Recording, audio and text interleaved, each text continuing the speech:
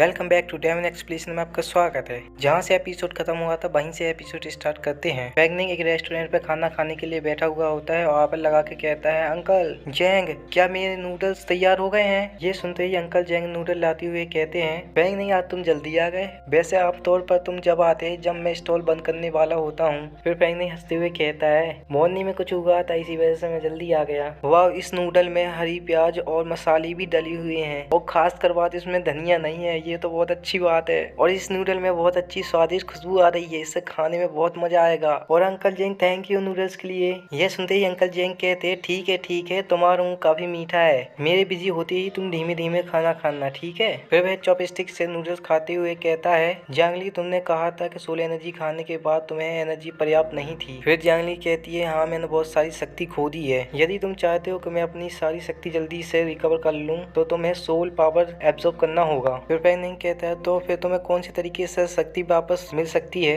फिर जैनिंग कहती है, जो कल मैंने स्वादिष्ट खाना खाया था उससे मेरी कुछ शक्तियाँ वापस आ गई थी। खैर इसके अलावा आप दूसरे के डर को भी अवशोषित कर सकते हैं और इससे कुछ पावर रिकवर हो सकती है। यह सुनकर फैंगनिंग हैरान होकर कहता है, क्या डर। इतने में ही जैंगली कहती है, जब मैं पहले अपने पति से मिली थी तो मुझे बहुत सारी ताकत मिली थी और इससे पहले मुझे ऐसा लगता था कि मैं आधे सपने और आधे जागने की स्थिति में हूँ और मैं सोचने और बात करने में असमर्थ थी उस समय। फिर फैंगनिंग कहता है, ऐसा लगता है कि आत्मा जीवित लोगों को डराकर उनके डर को अवशोषित करके अपनी ताकत बढ़ाते हैं और आत्मा इस तरीका का उपयोग करके अपनी शक्ति हासिल करते हैं और इसलिए उन अलौकिक कहानियों में हर तरीके के डरावने दृश्य होते हैं। और ऐसा लगता है कि मेरी लाइव स्ट्रीम को सैकड़ों हजार लोगों ने शो देखा होगा जिससे जैंगली को भारी मात्रा में डर को अवशोषित कर उसको पावर हासिल हुई और वह अपनी चेतना में आ गई और बात करने में समर्थन हुई। फिर वह नूडल को खाने के बाद उस कटोरे को वहीं पर रख देता है और अंकल जेंग से कहता है, अंकल जेंग इसे खाते में डाल दिए, मैं महीने के अंत में आपको पूरा भुगतान कर दूंगा। फिर अंकल जेंग हाथ हिलाकर कहते हैं, ठीक है बच्चे,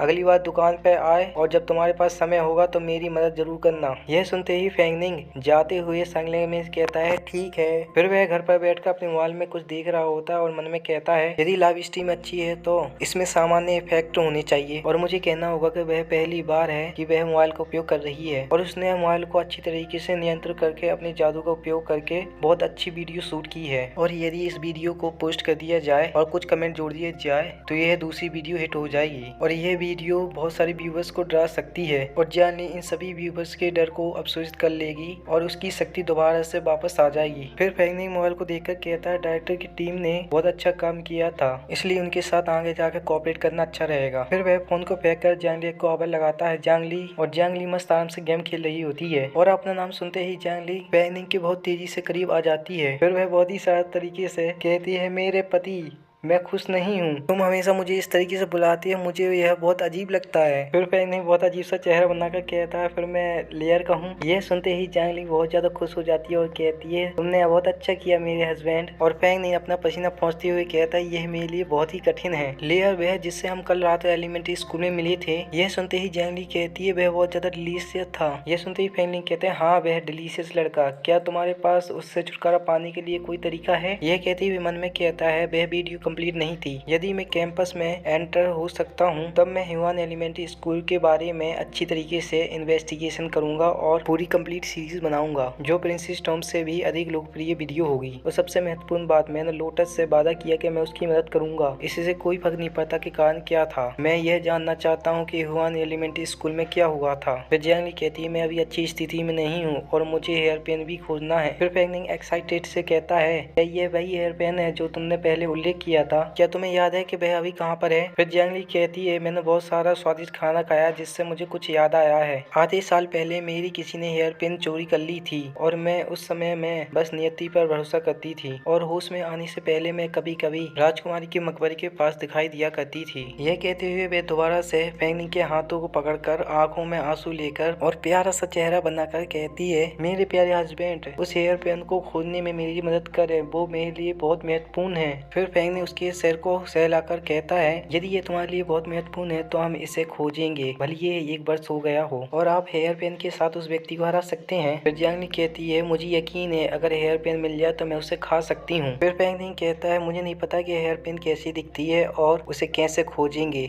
और यह किस व्यक्ति ने चुराया है और वह अभी कहाँ पर है। फिर पेंगलिन कहती है, मुझे याद है प्रिंसेस टॉम के पास 3 लुटेरे थे, जिसमें से 2 लुटेरे बहुत ज्यादा मुझसे डर गए थे और तीसरा भाग गया था, और उसके पास ही हेयर पेन होनी चाहिए। फिर पेंगलिन कहता है, आधा साल बीत चुका है और वह सिटी से भी बाहर होगा। फिर जियांगली कहती है, कल सोल पावर को ऑब्जर्व करने के बाद मैं उसकी लोकेशन पता कर सकता हूँ, और हालांकि मैं इस पर तरीके से लोकेशन पता नहीं कर सकता हूँ, लेकिन उसे इसी शहर में होना चाहिए। फिर पेंगलिन कहता है, ये तो बहुत अच्छा है, कम से कम हम हेयर पेन की दिशा का पता लगा सकते हैं और उसे खोज भी सकते हैं, और जब हेयर पेन मिल जाएगी तो हम ह्यूआन एलिमेंट्री स्कूल में जाएंगे और वीडियो बनाएंगे और वहाँ की सच्चाई का पता भी लगाएंगे। यह सुनकर जियांगली बहुत ज्यादा खुश हो जाती है और कहती है, हम वहाँ पर वापस जाएंगे और स्वादिष्ट खाना भी खाएंगे। फिर पेंगलिन अपने मोबाइल को उठाते हुए कहता है, बिना उन्हें संकेत किए हुए पहले हमें उनके बारे में जानकारी निकालनी होगी। इतना कहते ही उसके मोबाइल में एक नोटिफिकेशन आ जाता है और मोबाइल को देखने लग जाता है। फिर वह कहता है, यह तो डायरेक्टर बैंक की न्यूज है, उन्होंने इतनी जल्दी वीडियो को एडिट भी कर दिया। फिर वह मोबाइल में देखता है कि ये तो पुलिस वालों की तरफ से एक मैसेज आया हुआ होता है और कहता है कि यहाँ पर कुछ तो गड़बड़ है।